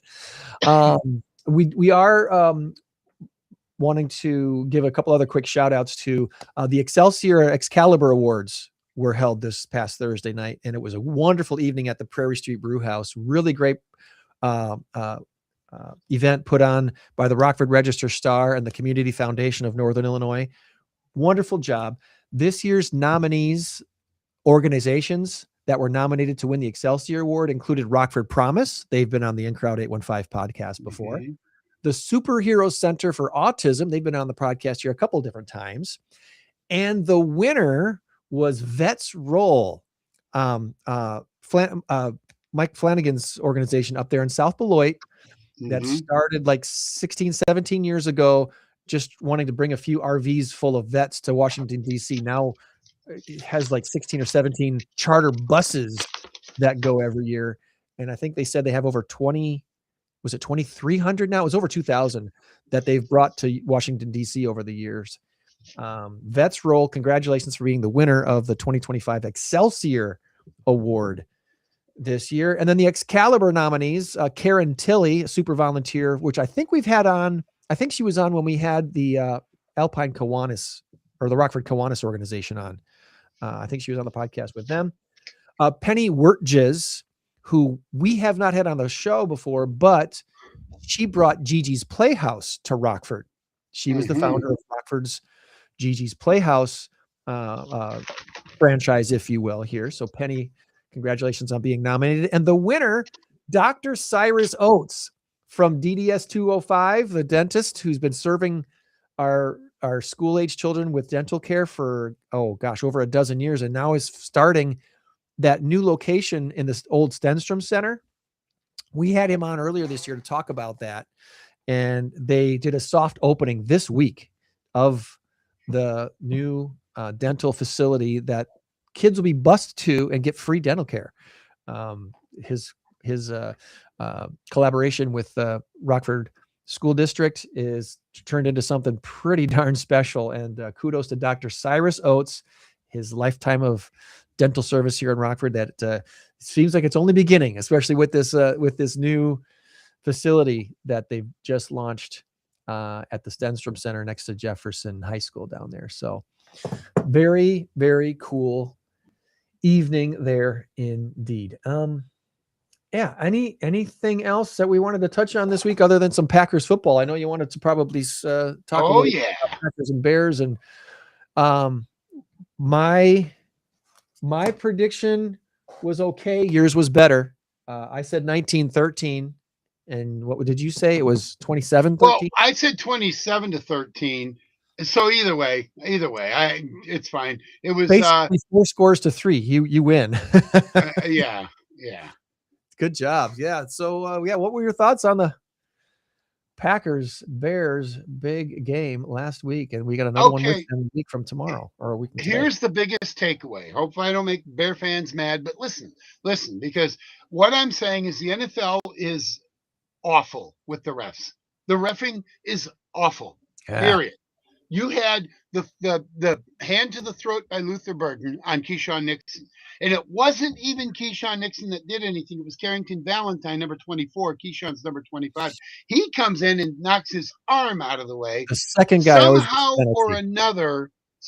or another, Keyshawn Nixon gets hit with a 15-yard penalty. Okay, that's bogus.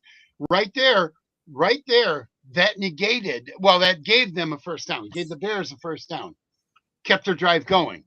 Okay, another bad call. The play where Evan Williams, it was Colston Loveland, catches the ball, but did he? No, he didn't really. He never possessed it. It lands in Evan Williams' arm. He grabs the football. He's got it in his arm like this for like 2 seconds, 3 seconds. He puts it up in the air and it gets knocked out. And they said, incomplete pass. Are you kidding me? The ball never hit the ground. That is the worst call I've seen in probably 20 years. The ball never hit the ground. That was an interception. And they called it a fumble or a caught ball and a fumble or whatever. I don't know. Whatever they called it, it wasn't right. It wasn't an incomplete pass because the ball never hit the ground.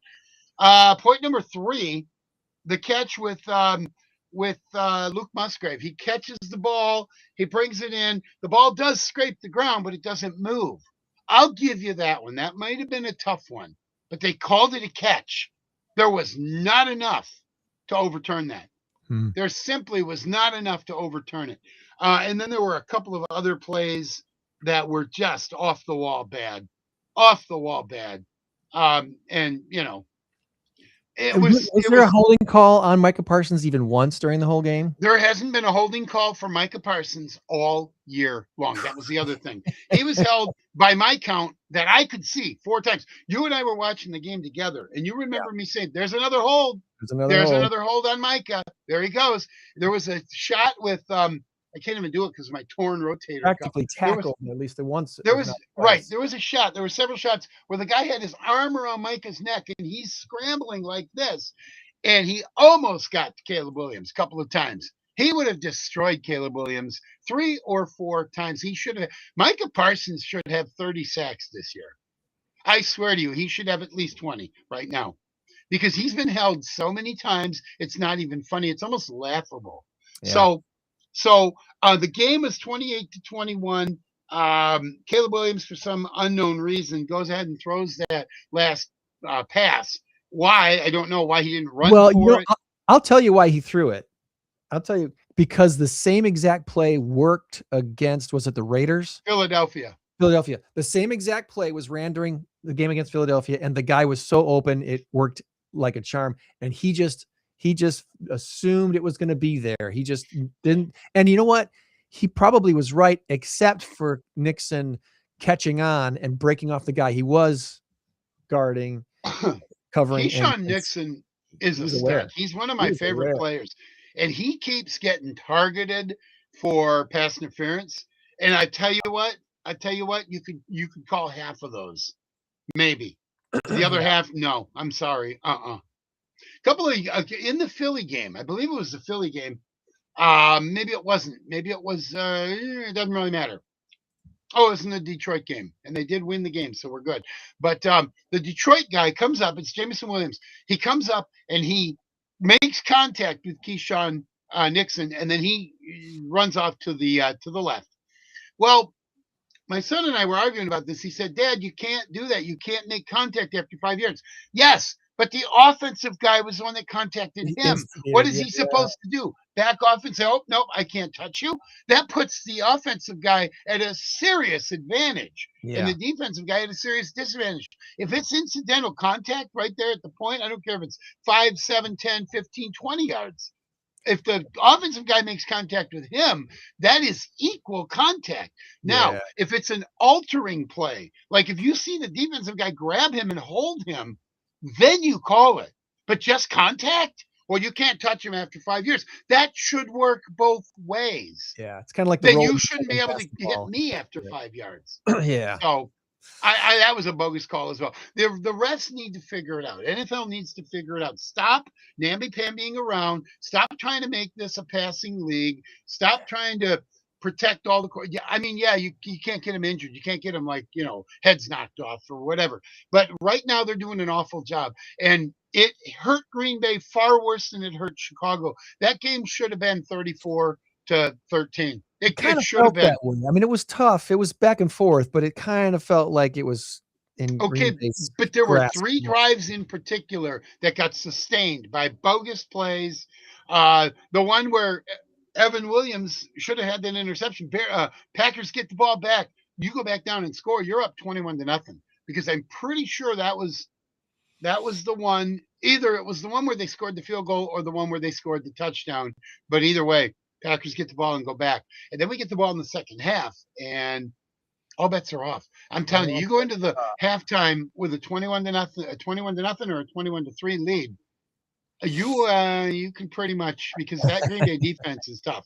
And the other thing too, that 17-play drive that the Bears had, some of that was aided by bad calls. The Keyshawn Nixon call that shouldn't have been called. There were a couple of other ones that were just, where are they coming from? That 17-play drive really put a knife in the side of the Packers because it made them tired. And then that last drive, the Bears had 3 scoring drives in a row. They really did. They really did come on, but that was because they had a tired defense. None of the calls on Micah Parsons were called. He would have had several sacks.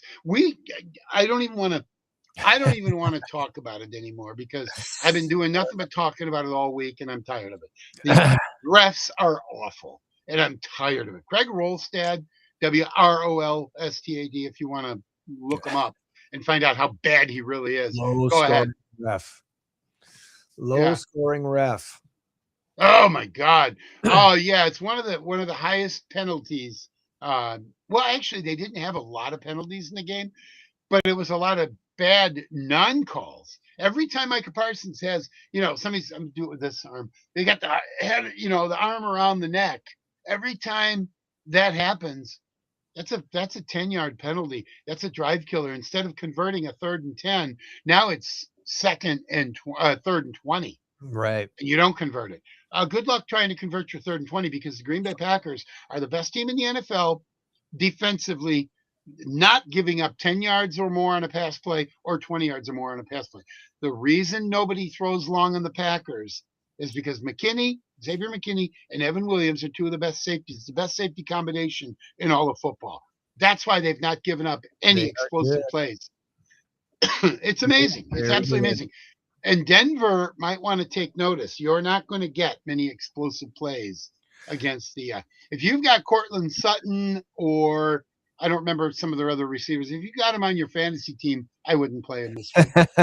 They're not going to get a whole lot of. They might get some short yardage stuff, but shouldn't be some short yardage stuff, and they might get a touchdown or 2. I don't know, but I really do. I believe, and this is my personal opinion, I believe we're going to beat Denver, and we're going to beat them somewhat handily, 23-13. 23-13 is what I call. Okay. And this is a weird one because I really dislike Denver because they beat the Packers in the Super Bowl. Yeah, the Packers are going for 2 in a row. Denver came in and stole it from them, which they earned it. They were Elway and TD Terrell Davis. Yeah, he was amazing. He was an amazing running back. So they deserved it. But this game is one, if the Packers don't win, as long as they compete, I don't think I'll feel too bad. And that sounds weird to say, but Denver's been very good. Yeah. It's an AFC opponent. Denver's been on this roll, I think a 10-game winning streak or something like that. They have something going there. So if the Packers don't win this game, as long as they're in it, it won't hurt too terrible, but obviously I do want them to win. I want them to go with momentum into Chicago next week and dominate the Bears better next time. And I think that they will, now that they've got more film on what they can expect from the Ben Johnson run Bears. That's the game I'm more excited about and more concerned about. All right, so first let's hit to the Bears real quick. Ben Johnson is one of the smartest coaches in all of the NFL. He's going to adjust. What I think happened was Ben Johnson got out over his skis a little bit. I think he thought he was going to be too cute, and that's why they were going for the pass. I believe it was a run pass option, but if you give Caleb Williams the option to run, I think he's going to take it just about every time. Because quite frankly, I know Keyshawn Nixon made a great play on it. He wasn't. Cole Kmet was not open. He really wasn't, because Keyshawn Nixon. It was third down, right? Wasn't it third down? Fourth down. Was it fourth? Okay, all right. So fourth he did and have one. Because on third and one, Kingsley Enagbare made that monumental stop on Kyle Monange. He made that stop that just absolutely. I think Kyle Monange forgot his middle name on that one. He absolutely blasted him. It was a thing of beauty. Yes, it really was. And then so it was 4th and 1. And really, I think if it was 3rd and 1, and they did that play, interception or not, I think going back to 4th and 1, they might have run, because they might have switched the two around. Just, I don't know, because 4th and 1, this is it. This is the ball game right here. You got to get that first down. I think what scared them was that 3rd down run that got nothing. And I think they thought, you know what, let's just try and do it through the air. Caleb Williams has a good enough arm. Well, apparently not. So that game it looked closer than it was. We were up 14-3. I think so too. It was. We dominated the line of scrimmage in the first half. We dominated offensively, time of possession. We had the one turnover, but then they had the one at the very end of the game, which was far more prevalent, far more not prevalent, but far more damaging. And then and in the second half, Green Bay just kind of got bogged down. And I think it was frustrating for somebody like a Micah Parsons, because what am I supposed to do? I'm getting held on almost every single play. So here's what I suggest the Packers do. Forget about Micah Parsons. Let him get double teamed.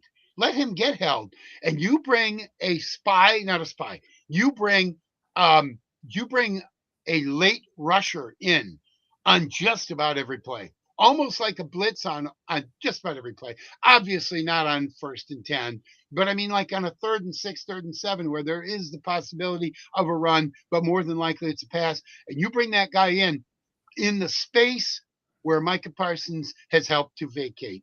There's going to be an open hole. There aren't enough running backs, and there aren't enough linemen that aren't being covered to cover that.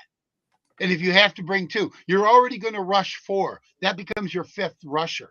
Rushing 4 means Micah Parsons is going to grab 2 people. Now you got three left to cover the other 3 runners, and then you got a free guy coming in. It might be Lucas Van Ness. He's tall enough he can go up and because he's going to play this week, I'm pretty sure. He's tall enough he can go up and knock the ball down.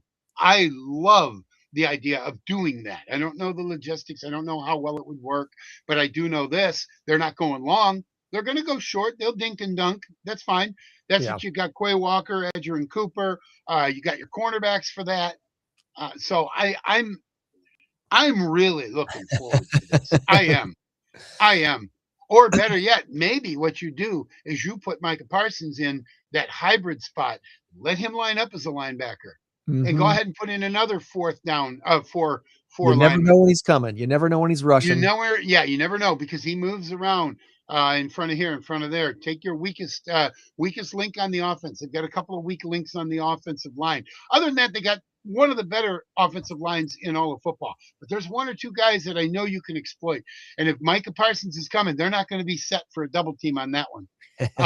I'm looking for a fairly low-scoring game. I think what'll happen is it'll probably be, 17 to 16, 17 to 13, and Green Bay will hit either a last touchdown. Maybe 16-13, they'll hit a last touchdown with 2.5 minutes left. And our buddy Wayne Larrabee might say, there is your dagger. That's late what in the game. I'm thinking.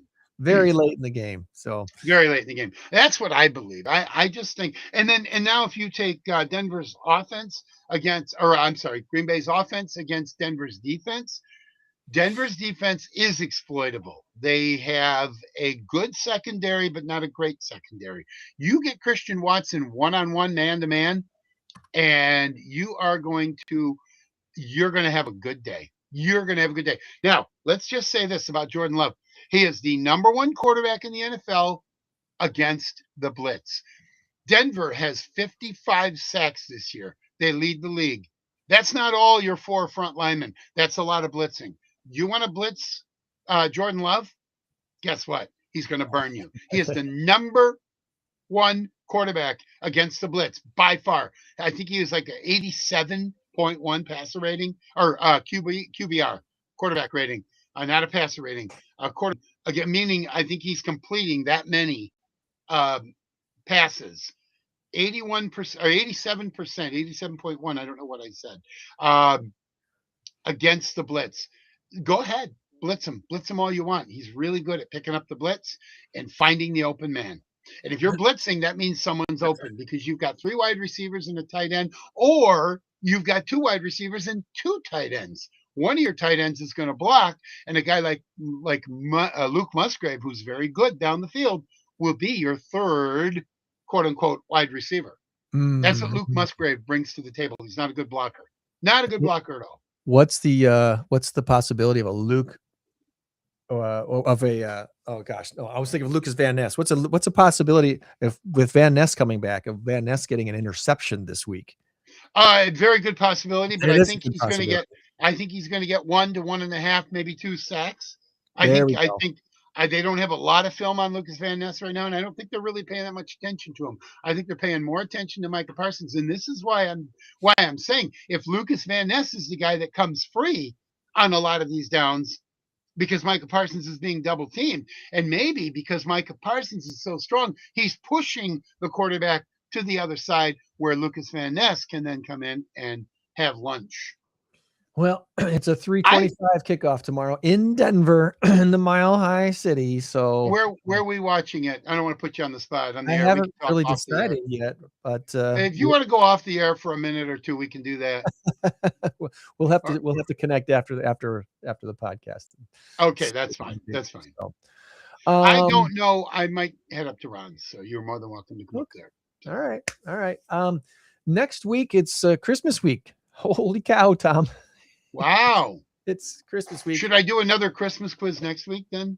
Maybe another Christmas quiz next week. I don't know that we'll have a guest. It might just be you and me waxing eloquent about Christmas and my dad's birthday. If I can talk my dad into jumping on with us, that'd be really fun. But that's right. I don't know that he'd be willing to do that because I don't know that he's a restream kind of a guy. But we'll see what he has to say about that.